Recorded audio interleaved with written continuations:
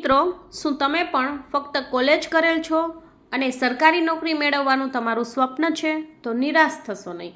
આ વિડીયો તમારા માટે છે. સ્વાગત છે તમારા બધાનું વિદ્યાસેતુ હસ્તી યુટ્યુબ ચેનલમાં.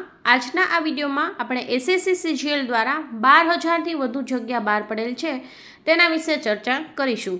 તો આ વિડીયોમાં તમને માહિતી મળી જશે એસએસસી સીજીએલનું જે નોટિફિકેશન છે એ કઈ વેબસાઇટ પર બહાર પડેલ છે, તેની લાયકાત શું હોય છે, અભ્યાસક્રમ, ફોર્મ ભરવાની લાસ્ટ ડેટ કઈ છે, વય મર્યાદા, પરીક્ષા ફી કેટલી હોય છે, આ તમામ માહિતી તમને આ વિડીયોમાં મળી જશે. તો વિડીયો અંત સુધી જરૂરથી જોજો.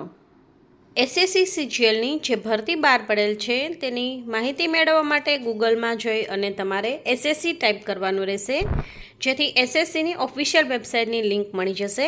આ લિંક પર તમે ક્લિક કરશો એટલે સ્ટાફ સિલેક્શન કમિશનની ઓફિશિયલ વેબસાઇટ મળી જશે. આ જે છે એ ઓફિશિયલ વેબસાઇટ છે, જેમાં તમે નીચે સ્ક્રોલ કરશો એટલે તમને અહીંયા નોટિસ બોર્ડમાં ઇન્ફોર્મેશન મળી જશે. Notice of combined graduate level examination 2026 આ જે છે એના પર ક્લિક કરશો એટલે તમને આ પીડીએફ મળી જશે. આ પીડીએફમાં જે છે એ એસએસસી સીજીએલમાં કમ્બાઇન્ડ ગ્રેજ્યુએટ લેવલ એક્ઝામિનેશન જે છે તેના ફોર્મ ભરાવાના છે તેની સંપૂર્ણ માહિતી તમને મળી જશે. તો તમે પણ જો ગ્રેજ્યુએશન કરેલ હોય, એટલે કે તમે કોલેજ કરેલ હોય, પછી એ સાયન્સ સ્ટ્રીમમાં હોય, કોમર્સ હોય કે આર્ટ્સ હોય, તમે કોલેજ કરેલી હશે એટલે તમે ફોર્મ ભરી શકશો. અહીંયા તમે જોઈ શકો છો ફોર્મ ભરવાની તારીખ છે 21/5/2026થી લઈ અને 22/6/2026 સુધી, અને ઓનલાઈન તમે ફી જે છે તેની રિસિપ્ટ 22/6/2026 સુધીમાં તમારે જે છે એ ઓનલાઈન એપ્લિકેશનની રિસિપ્ટ લઈ લેવાની રહેશે, અને ફીની રિસિપ્ટ જે છે ઓનલાઈન એ 23/6/2026 સુધી તમને મળી જશે. જો તમારે ફોર્મ ભરવામાં કંઈ પણ કરેક્શન કરવાનું રહી જાય, કંઈ પણ ભૂલ થાય છે, તો કરેક્શન વિન્ડો જે છે એ 29/6/2026થી લઈ અને 1/7/2026 સુધી ઓપન થશે. એક્ઝામિનેશન જે છે એ ટિયર 1ની એક્ઝામ ઓગસ્ટ અથવા સપ્ટેમ્બર મંથની અંદર હશે, અને ડિસેમ્બર મંથની અંદર ટિયર 2ની એક્ઝામિનેશન પણ લેવાઈ જશે. તો આ રીતે જે છે એ એક્ઝામિનેશન શેડ્યુલ હોય છે, જેમાં 2 એક્ઝામ લેવામાં આવે છે. પહેલી એક્ઝામ જે છે એને ટિયર 1 કહેવામાં આવે છે. એ એક્ઝામની અંદર MCQ પૂછવામાં આવે છે અને એનો સિલેબસ આપણે નીચે ચર્ચા કરીશું.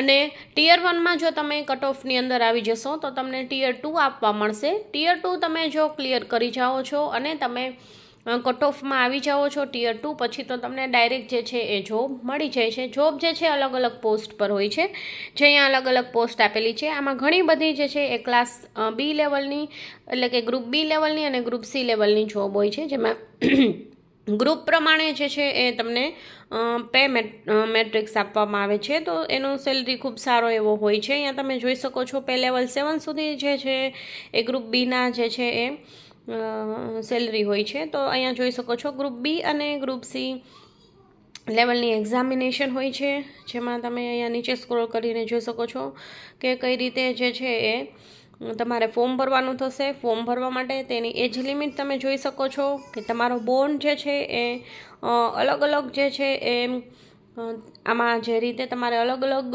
પોસ્ટ માટે ભરવું હોય તો બધા માટે એજ લિમિટ અલગ અલગ હોય છે. અમુક પોસ્ટ માટે છે 18 વર્ષથી 27, અમુકમાં 20થી 30, મેક્સિમમ એજ લિમિટ જે છે એ 32 વર્ષની અહીંયા આપેલી છે અમુક પોસ્ટ માટે. તો તમારો બોન્ડ 1994ની આસપાસનો હશે તો અમુક પોસ્ટ માટે તમે એપ્લાય કરી શકશો, બાકી અમુક પોસ્ટ માટે નહીં કરી શકો. તો તમારે જે પોસ્ટ માટે એપ્લાય કરવું હોય એ માટે તમારે એજ જે છે એ તમારી જોઈ લેવાની રહેશે, અને એજ રિલેક્સેશન પણ મળતું હોય છે. તો તમે જો એજ રિલેક્સેશનની કેટેગરીમાં આવતા હોય, એટલે કે SC, ST, OBC, physically handicap હોય, એક્સ સર્વિસમેન હોય કે વુમન જે છે એના જે તમારે અહીંયા જોઈ લેવાનું રહેશે. એમાં જો તમે ક્રાઇટેરિયામાં આવતા હોય તો તમને એજ રિલેક્સેશન પણ મળી જશે. બાકી અહીંયા બધી જ માહિતી જે છે એ આપેલી છે. તમે નીચે જે છે સ્ક્રોલ કરતા જશો એમ તમને અહીંયા બધી જ ઇન્ફોર્મેશન મળી જશે.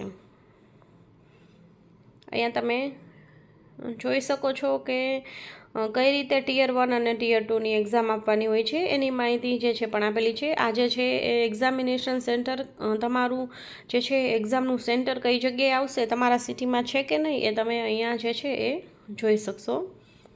અને એક્ઝામિનેશન ફી કઈ રીતે ભરવાની એ બધી જ માહિતી અહીં આપેલી છે. અહીંયા તમે જોઈ શકો છો આ જે છે એ સિલેબસ છે ટિયર 1 એક્ઝામ માટે.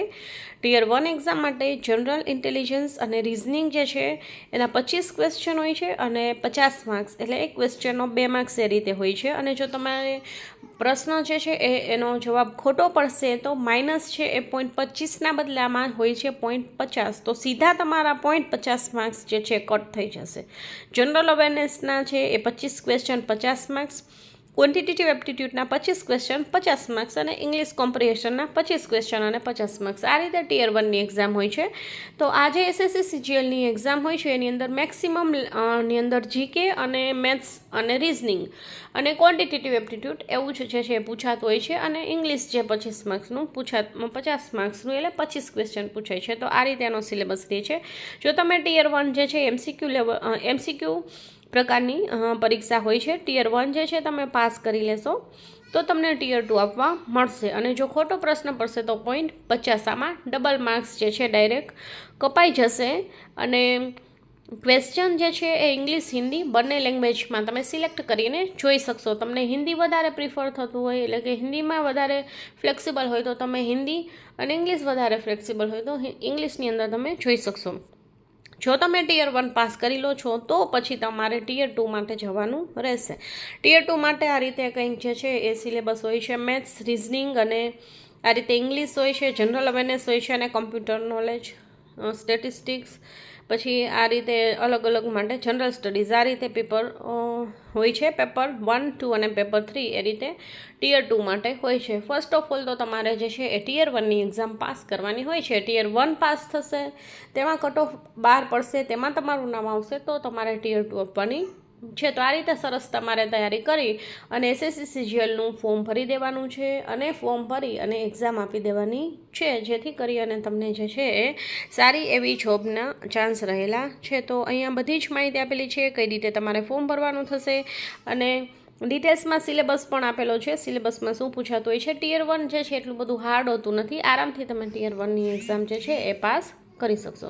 તો આ રીતે તમને અહીંયા જે છે એ બધી જ માહિતી મળી જશે. અહીંયા કઈ રીતે ફોર્મ ભરવું એની માહિતી નીચે જે છે એ બધી આપેલી છે. આ રીતે તમારે ફોર્મ ભરવાનું થશે.